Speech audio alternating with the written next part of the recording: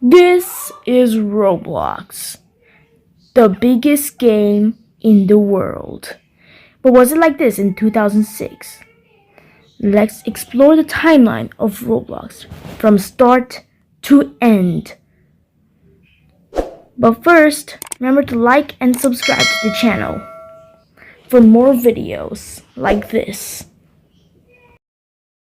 In the early 2000s, when the internet was still figuring out whether it wanted to be a place for email and news or something messier, two engineers named David Baszucki and Eric Castle were quietly working on a piece of software that had to do nothing with games at all, because their original version of what they would eventually become Roblox was a physics simulator called Interactive Physics that they had been selling to schools since the 1990s. And the goal was to let students build virtual machines, test gravity, and watch gears turn without having to buy expensive equipment. But somewhere along the way, they realized that the most interesting thing happening to their software wasn't the educational simulations, but the fact that people were spending hours just building things and showing them to each other, which made them wonder what would happen if they stripped away the educational framing and let people build whatever they wanted in a shared online space. And that question eventually became Dynablox in 2004, a name that sounded like exactly what it was, a place where you could manipulate blocks dynamically. But the name was clunky, it didn't stick in people's heads, and it didn't feel like something a 12-year-old would tell their friends about.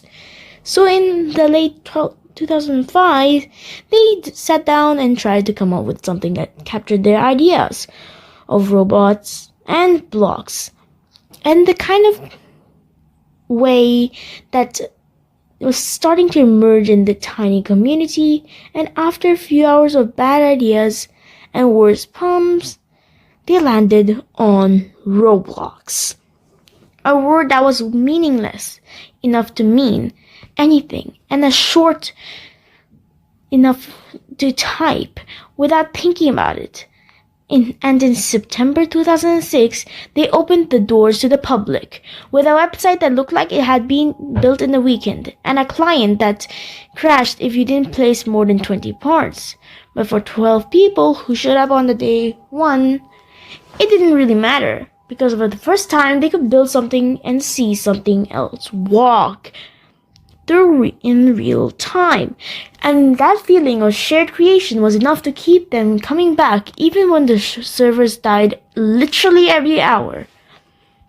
For the next 3 days, Roblox existed in a state of controlled obscurity because the team was small, the funding was basically non-existent, and the only people who knew about it were either friends of the developers or kids who had stumbled it through a random forum post on a site like Miniclip or Congregate.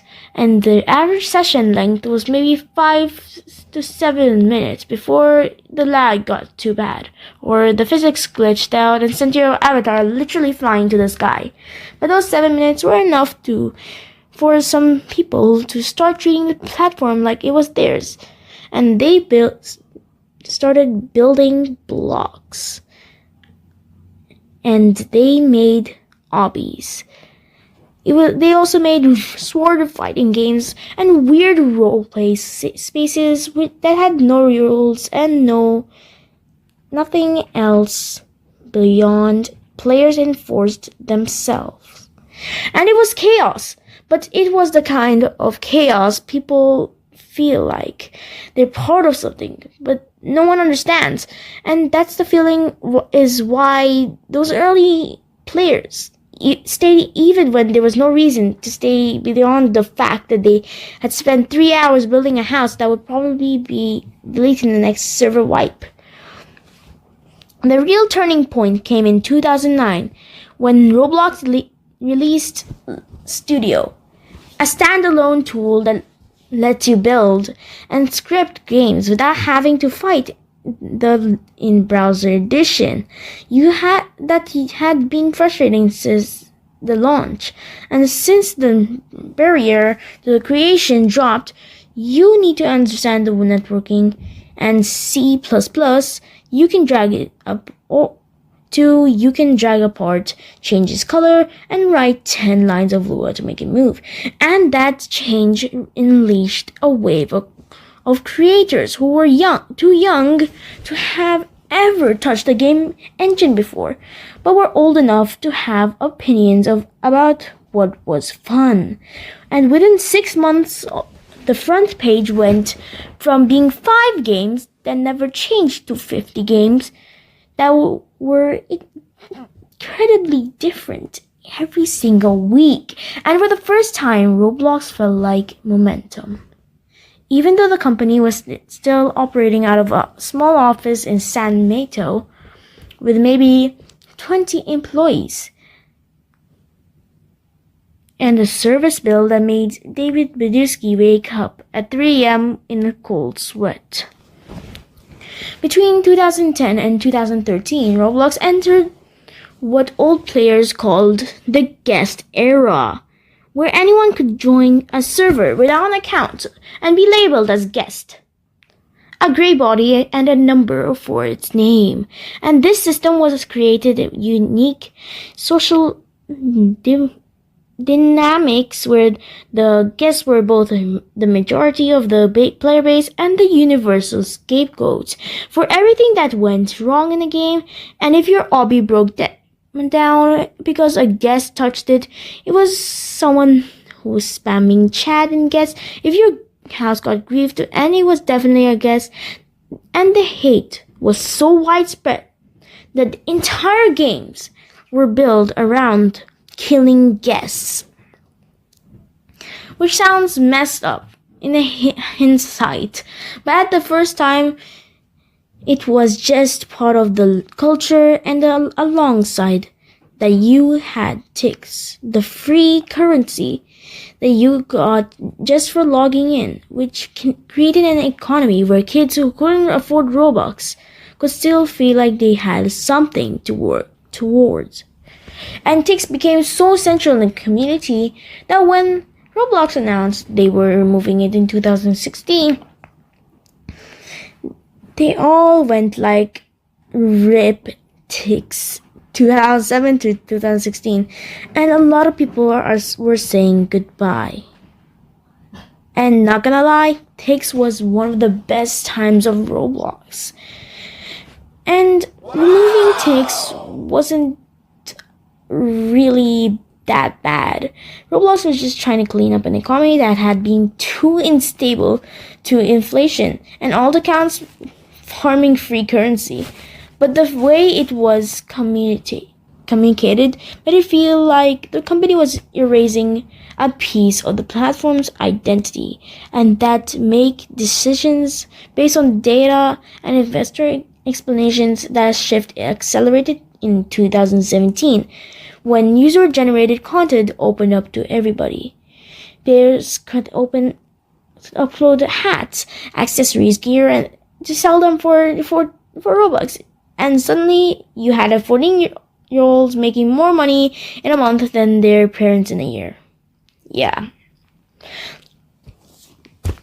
And all of these monies come from hobbies, clothes, and the new thing that came out was Adopt Me.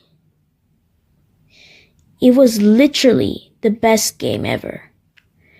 But by 2014, the Roblox figured out that it wasn't just a game. It was a platform, and the moment that realization hit, the entire tragedy. The company changed because it was for the first 8 years, Roblox had been operating under assumption that it would make good games and to keep people around. But what they actually did was let other people make good games. And once that clicked, they started removing barriers instead of building them. And the first big barrier was the gatekeeping around who could sell items on the platform. But because before 2014, only Roblox employees were allowed to make clothes. But they opened the UGC catalog to anyone who had the Builders Club and verified their email. And overnight, the marketplace went from 200 items to 20,000. And most of them were terrible, but a few were amazing. And people started spending literal real money on virtual hats that were made by 14-year-olds in their bedrooms. And at that moment, Roblox stopped being a hobby project and started being an economy.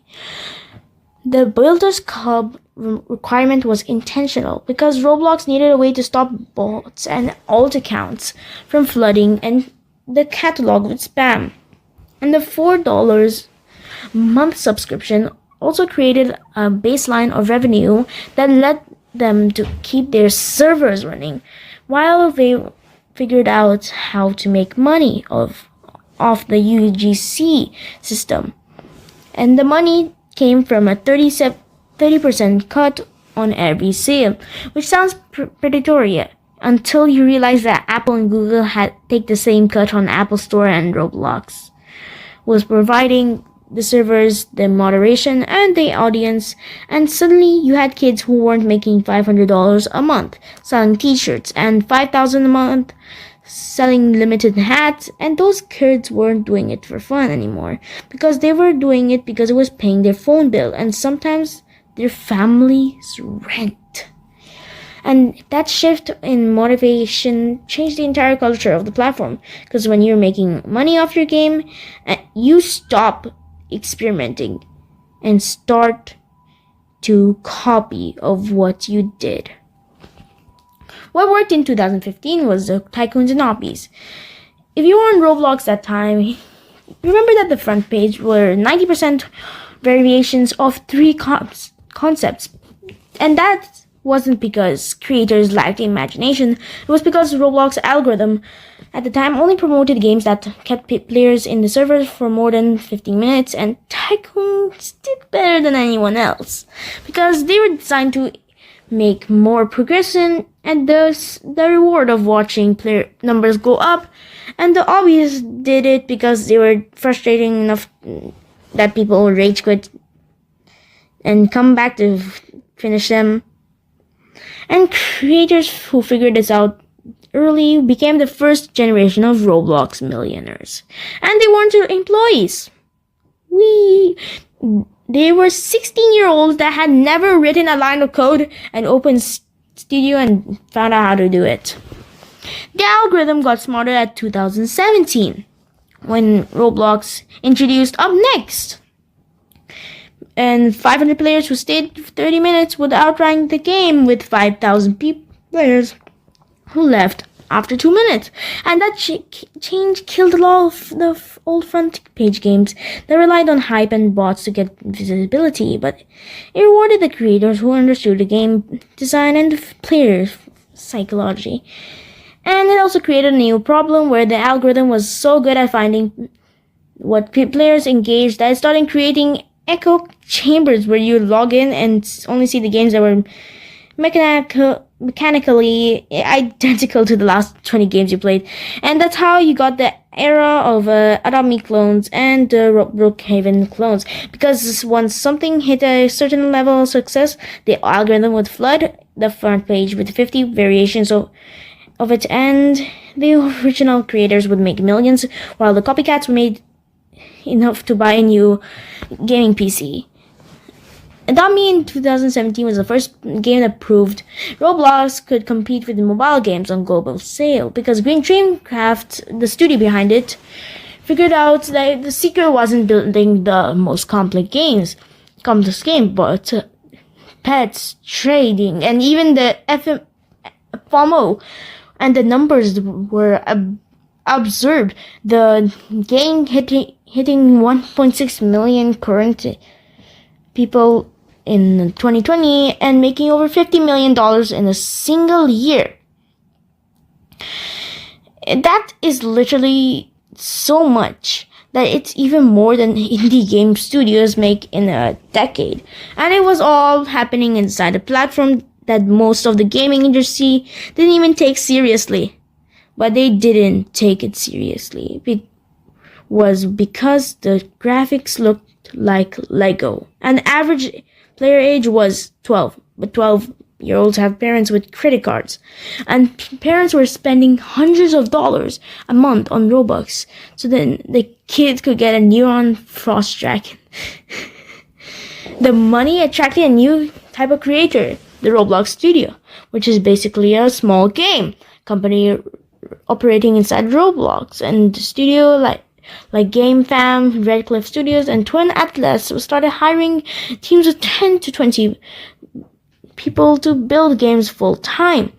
And they brought developers who had worked on Unity and Unreal projects, and they brought in artists who had worked on mobile games, and they brought in marketers who understood how to run TikTok ads. And that time the quality of Roblox game jumped.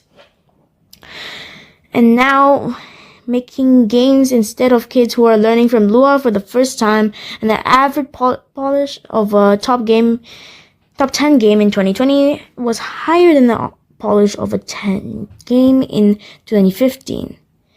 But Roblox itself was changing to support its shift, because they couldn't keep on running on the same infrastructure that had been built for 1,000 players in 2008. So they invested in a high cloud infrastructure, physics optimization, and across platform support. And by 2018, you can play Roblox on PC, Mac, iOS, Android, and Xbox, and eventually PlayStation. Now, someone on an iPhone could go to Xbox without caring on what device another person was on. And that seamless multiplayer experience was something that even A games were struggling at the time. Roblox was doing it for free, with stack of from the energy to the services that let them control and optimize in ways that Epic and Unity couldn't without breaking compatibility. The big change in 2018 was the introduction of voice chat for verified users, which was a nightmare for some people because there was literally really, really bad words in there that people used to speak. Well, now Roblox started using investor presentations to describe what they were building, and the metaverse pitch worked because the investors saw Fortnite doing concerts and saw VR chat having virtual events, and realized that Roblox has been doing this for years, but with worse graphics and better monetization. And that realization is why Roblox valuation jumped from 4 billion, and 4 billion could host a game, an event, or any social experience. And they were talking about the cut of every transaction.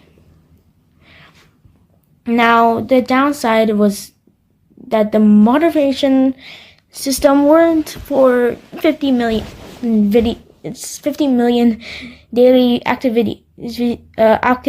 users, and the company was still relying on human moderators to catch bad behavior. When you had 1,000 players, it was really easy, but now 50 million, now this is getting really unsafe, especially for young players. And the reputation stuck even after Roblox invested millions in AI moderation and hired hundreds of moderators. But because the internet decides that you have a problem, it takes years to change the perception, and the lawsuits of 2025 were really, really bad. Catching up with the company because parents and regulations were looking for a platform that had 50 million kids on it, and why it didn't have same safety standards as YouTube Kids or Minecraft Realms. Well, Roblox thought about that, and eventually they said that they would be making these kid things in 2026. But let me tell you some more about like what happened. Now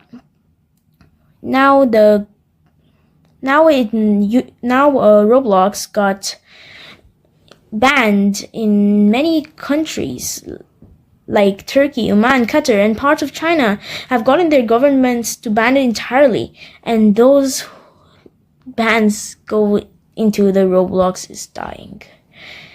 That goes into news and everything. Actually, even though it's boring, Roblox is getting boring. Roblox is making way too much money to shut down.